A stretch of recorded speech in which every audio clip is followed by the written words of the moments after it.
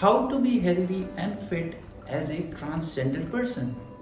Hi, my name is Annie Rose, and in this video, I'm gonna talk about what is it that you can do to not only keep a healthy body but also reduce weight and look attractive whenever you are presenting yourself as a girl. Now, usually on social media, whenever people ask me, questions or they have doubts about many things, the most common question that I've always been getting for the last few years is, Annie, can you tell me how to reduce belly fat? Annie, can you tell me how can I, lose some weight? I want to wear this dress, but I don't know how to lose weight. So I thought of making some videos where I will be covering not only what exercises you can do, but also what is it that you should be doing on a day-to-day basis to reduce belly fat and just be healthy overall. So let's dive into it. There are few things that you have to take care of, when it comes to your health. One is you need to understand how anybody loses weight or gains weight. So we all know that what we eat comes with calories, right? So there are foods which have higher calorie content. There are foods which have lower calorie content. But all of this can get very confusing if you don't really know the basics. So let me cover the most important aspects of diet, the most important aspects of a healthy lifestyle that you can also follow. The first thing that you need to remember is whatever we eat usually comes with three major components.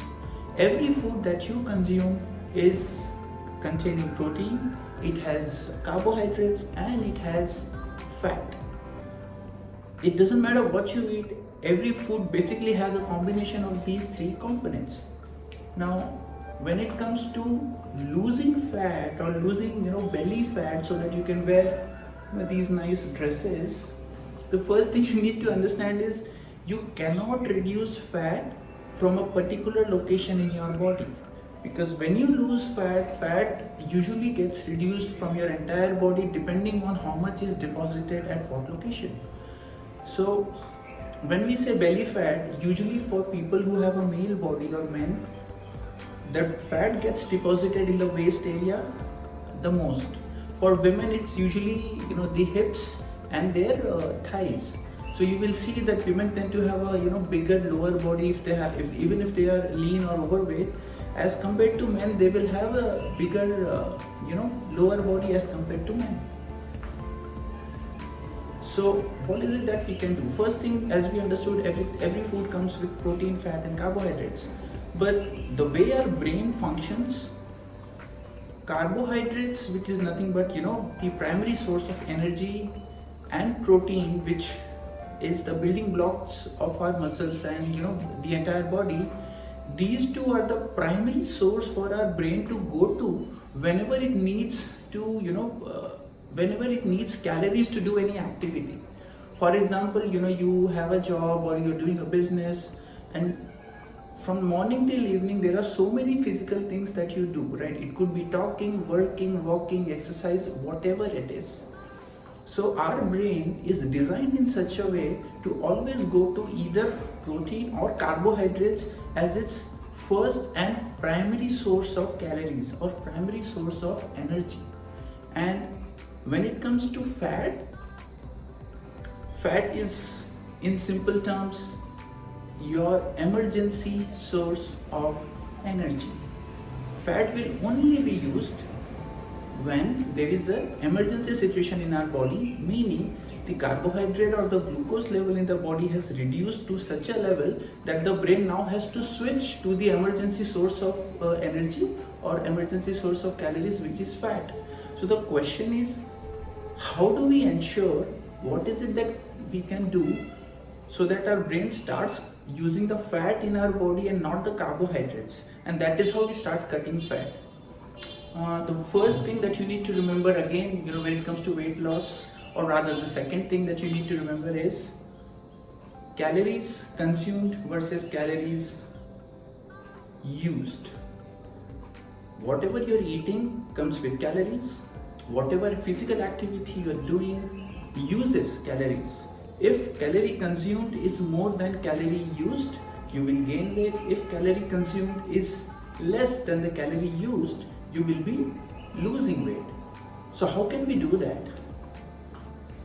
The first and the easiest way to do it is to increase your calorie output or calorie usage. You can do exercise, you can do running, you can do dance, you can do any kind of sport, you can play different kinds of sport, you can go for a swim, you can just any physical activity that increases the amount of calories being used will help you to create this difference between the calorie consumed and the calorie used. That's one. The second thing is your diet. Now, the first thing again when it comes to diet is no processed food.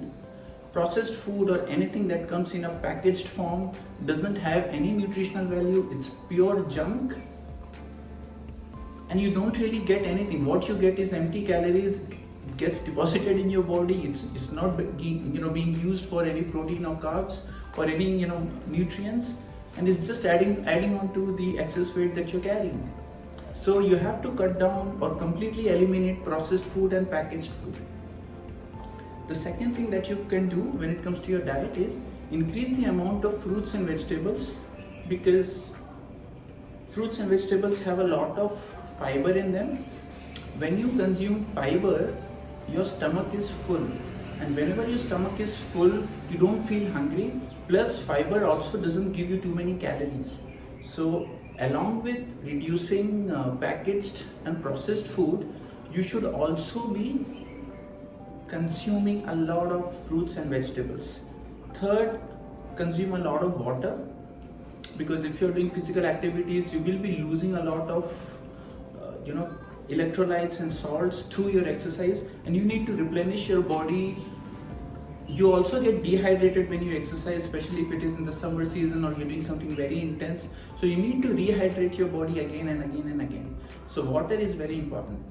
Along with water, along with fruits and vegetables, along with reducing your processed food, another very easy and very effective way of losing body fat is to create a situation in your body where your brain doesn't have any more carbohydrates to use. So it is forced to go to the source of emergency source of energy or calories, which is fat. How this works is something that you will observe if you start fasting. There is a very common term, a common method which is being used all over the world by people who are losing weight, and it is known as intermittent fasting. What happens in intermittent fasting is that you have an eating window of 8 hours and you have a fasting window of 16 hours. Meaning, whatever you eat in a day, let's say you are not eating processed food, let's say you are eating fruits and vegetables and you have more protein in your diet. At the same time, the entire food that you're consuming in a day is being consumed in a window of 8 hours only. And the rest of the 16 hours is something you only consume water and you don't really eat anything.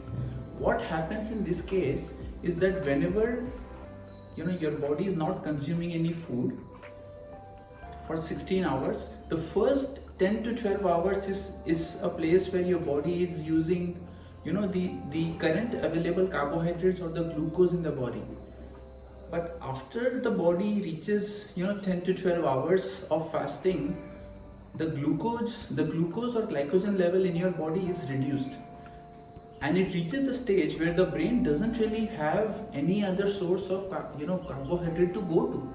So that is a place where this switch happens and the brain starts going to, and it's like you're training the brain to now there's no carbs left in the body, start using fat.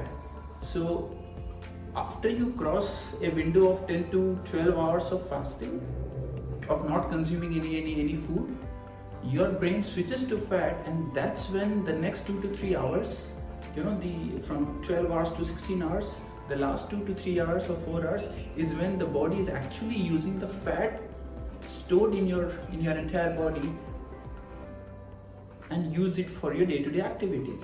And this is how, if you do fasting over a period of time, you'll see slightly over a period of time, you'll start seeing these, small changes in your weight. Maybe you lose, half a kilo in 3 days, then 1 kg in one week, and 3 to 4 kilos in 1 week, in 3 to 4 kilos in 1 month. So intermittent fasting or simply fasting is a very, very, very effective way, along with eating good amount of fruits and vegetables, good amount of water, and eliminating processed food. So if you can just follow this diet or this kind of a lifestyle, you will be able to lose a good amount of weight in a very short amount of time. And if you can add some physical activity so that your calorie expense or calorie output also goes up, there's you don't need to worry about how to lose weight, or will I be able to fit in a dress and things like that. Just give it 3 to 6 months. Just give it a shot for 3 to 6 months, and I guarantee you, if you can follow these principles of regular exercise, let's say 3 to 4 times in a week, no processed food, good amount of fruits and vegetables, good amount of water, and if you can fast, if you can follow intermittent fasting and only have an 8-hour eating window, I can guarantee you, within 3 to 6 months, you will be able to lose a lot of belly fat. And not just belly fat, but your overall fat in the body will go down. And with exercise, your body will become more toned, you look a lot more healthy, you'll become a lot more fit. And just overall, you will feel the difference in your body, you'll be lighter. And of course, you'll be able to wear whatever dress you want to wear, right? So I hope this video was very, very informative. I hope you can incorporate some of these, diet and exercise principles in your day-to-day lifestyle, and let me know, if you've followed these principles for some time, let me know how it goes for you. I would love to know your feedback. That's all for this video. Please don't forget to like, share, and subscribe, and I will see you in the next video. Bye bye.